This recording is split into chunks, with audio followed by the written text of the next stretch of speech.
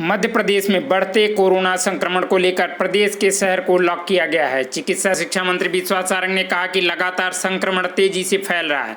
मध्य प्रदेश ही नहीं, देश में भयावह स्थिति बन गई है। इसका उपाय मास्क का उपयोग करें, बिना वजह भीड़ न लगाएं। इस समय हम सबको अनुशासन बनाना है। कोविड बीमारी नहीं, महामारी है। महामारी का मतलब ही यही है कि अस्त व्यस्त होना। सब मिलकर निदान करें। अस्पतालों में व्यवस्थाएं बढ़ाई जा रही हैं। भोपाल में 1200 बेड बढ़ाने की तैयारी चल रही है। राजधानी में 19 अप्रैल तक कोरोना कर्फ्यू लगाया गया है। राज्य स्तरीय लॉकडाउन नहीं लगाया जा रहा है। जिले की क्राइसिस मैनेजमेंट कमेटियां बैठक कर निर्णय ले रही हैं। बैठकों में जो बातें आएंगी उस पर फैसला लिया जाएगा। साथ ही ऑक्सीजन को लेकर दिग्विजय सिंह के ट्वीट पर मंत्री विश्वास सारंग ने पलटवार करते हुए कहा कि कालाबाजारी मिलने पर कार्रवाई की जाएगी। दिग्विजय सिंह ट्वीट करने से अच्छा शिकायत करते तो अच्छा होता।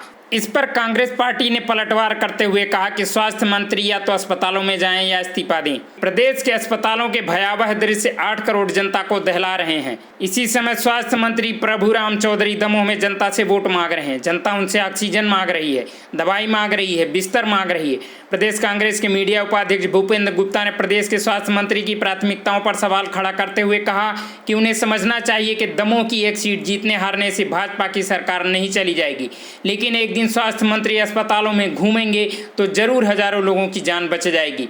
एक अदद मुख्यमंत्री कहां कहां भटकेंगे। उन्होंने कहा कि स्वास्थ्य मंत्री बताएं कि उनकी प्राथमिकता क्या है, लोगों की जान बचाना या खरीदी हुई एक सीट बचाना। यह जवाब प्रदेश की जनता चाहती है। कोरोना कर्फ्यू लागू किया गया है, उसमें सभी बहुत से सामाजिक संगठन, व्यापारिक संगठन ने ये मांग की थी कि बढ़ती हुई संख्या, संक्रमण की संख्या को देखते हुए भोपाल में लॉकडाउन लगाया जाए।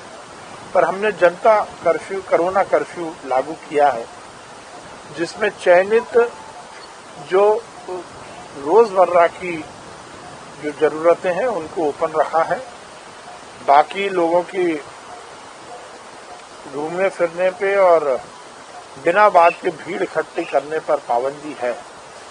देखिए, हम पहले से कहते आए हैं किसी भी तरह की कालाबाजारी को सहन नहीं किया जाएगा। केवल ऑक्सीजन सिलेंडर ही नहीं, बाकी किसी भी वस्तु की कालाबाजारी होगी तो उसको सहन नहीं किया जाएगा।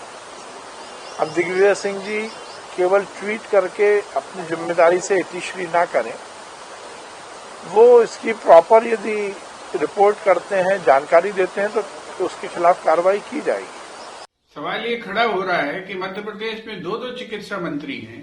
एक बंगाल में चुनाव लड़ा रहा था, दूसरा दमोह में, और अस्पतालें खाली पड़ी हैं। एक दमोह की अकेली सीट जो खरीदी हुई सीट है, ये हारने जीतने से क्या मध्य प्रदेश की सरकार का कोई भविष्य जुड़ा हुआ है? क्या सरकार गिर जाएगी अगर ये एक सीट सरकार हार जाएगी? तो जब लोगों की, लाखों लोगों की जान बचाने का सवाल है, तब आपने पूरी ऊर्जा जो है एक सीट पर झोंक दी है, वो भी एक खरीदी हुई सीट। ये बहुत दुर्भाग्यजनक है। एक बड़ा सवाल ये है कि आज जो अगर हमारा स्वास्थ्य मंत्री दमोह में जाकर जो है सभाएं करने की बजाय, बंगाल में जाकर सभाएं करने की बजाय अस्पतालों में घूमेगा तो हजारों लोगों की जान बच सकती है। भोपाल से तांडव न्यूज के लिए संवाददाता राजू प्रजापति की रिपोर्ट।